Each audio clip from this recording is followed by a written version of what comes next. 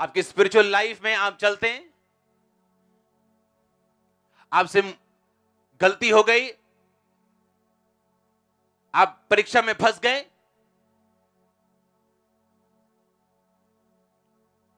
अब क्या?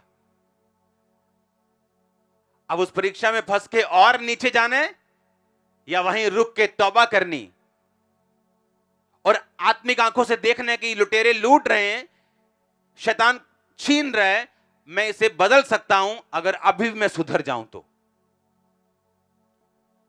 आपकी स्पिरिचुअल लाइफ में आपसे गलती हुई, आपसे मिस्टेक हुई, आप प्रभु से हटे, आपने गुनाह किया, आप गिर गए, उसके बाद मैंने लोगों को देखा है उठने के अलावा उनके पास पीछे जाने के लिए तैयार थे। वो ये नहीं कि उठें तौबा करें, जो छीन गया अब वो छीन गया, क्या करें, लेकिन परमेश्वर के करीब जाएं तो परमेश्वर फिर से हमारी लाइफ को रिस्टोर कर सकता है, वैसी बना सकता है। लेकिन इसके अलावा उन्होंने क्या किया, और पीछे गए और परमेश्वर से और मार खाई और अपनी लाइफ को तबाह कर लिया। जब आप अपनी स्पिरिचुअल आईज को ओपन रखेंगे, अपनी अंदरूनी आंखों को ओपन रखेंगे, आप समझ जाएंगे कि इन पाप की वजह से, इन मिस्टेक्स की वजह से मैं संघर्ष कर रहा हूं। अब जब आप संघर्ष कर रहे हैं, आपके लिए परमेश्वर में चलना मुश्किल होता है, क्योंकि आपके पाप की वजह से, गुनाहों की वजह से आपको स्ट्रगल्स रहती हैं लाइफ में।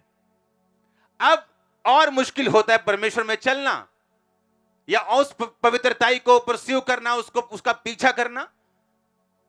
लेकिन जब आप फैसला कर लेते हैं कि मैं जो देख रहा हूं वो सही नहीं, अगर मैं सही तरीके से परमेश्वर में नहीं चला और प्रभु के सामने नहीं मुड़ा तो ये कंडीशन और बुरी होगी।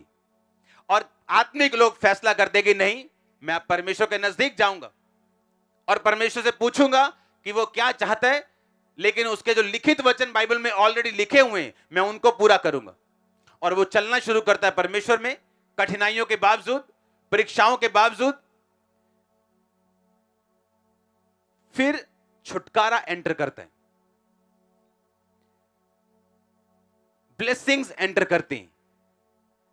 आप देखते हैं कि आपके टेस्टिमनीज किस तरह से परमेश्वर आपको दे रहे हैं, आपके आसपास के लोग किस तरह आपके आत्मिक जीवन के कारण प्रभावित हो रहे हैं, आपका समाज प्रभावित हो रहा है, आपका देश प्रभावित हो रहा है, ब्लेस हो रहा है, क्योंकि आप प्रेयर्स में हैं। लेकिन जो आत्मिक मूर्ख लोग हैं, जब एक परीक्षा उन पे आती है उनकी अपनी कमी की वजह से, वो और पीछे भागते हैं, क्योंकि उन्हें क्रिश्चियन लाइफ फिर और डिफिकल्ट लगती और मुश्किल लगती। लेकिन जब वो फैसला कर ले कि ये परमेश्वर की मर्जी से हुआ, अगर मैं ऐसा ना करता तो ये परीक्षा में ना फंसता, लेकिन अभी मेरे पास मौका है, क्योंकि मेरा परमेश्वर एक सेकंड चांस देने वाला परमेश्वर। उसने पतरस को दिया, वो आपको देगा। दिया कि नहीं दिया पतरस को? पतरस कहता मैं तो इसे जानता ही नहीं हूं। परमेश्वर रात को कहता रहा, पतरस प्रार्थना कर ताकि तू परीक्षा में ना पड़े। उसे लगता है मुझे कौन सी परीक्षा आनी, मरना तूने, मैंने कौन सी, मुझ में क्या परीक्षा आ जाएगी। और सारी रात प्रार्थना करने वाले प्रभु यीशु मसीह अगले दिन उस क्रूस को उठा के सब परीक्षाओं से निकल के मर के तीसरे दिन मुर्दों में से जी उठ के जीत जाते हैं। और पतरस जो ये कहता था कि मैं प्रभु तू, तेरे को कोई हाथ लगाएगा ना मैं उसे मार दूंगा, और ये सच था। जब प्रभु को पकड़ने के लिए आए तो पतरस ने तलवार मारी थी और कान उसका उड़ा दिया था। आपको क्या लगता है पतरस ने कान उड़ाने के लिए तलवार मारी थी?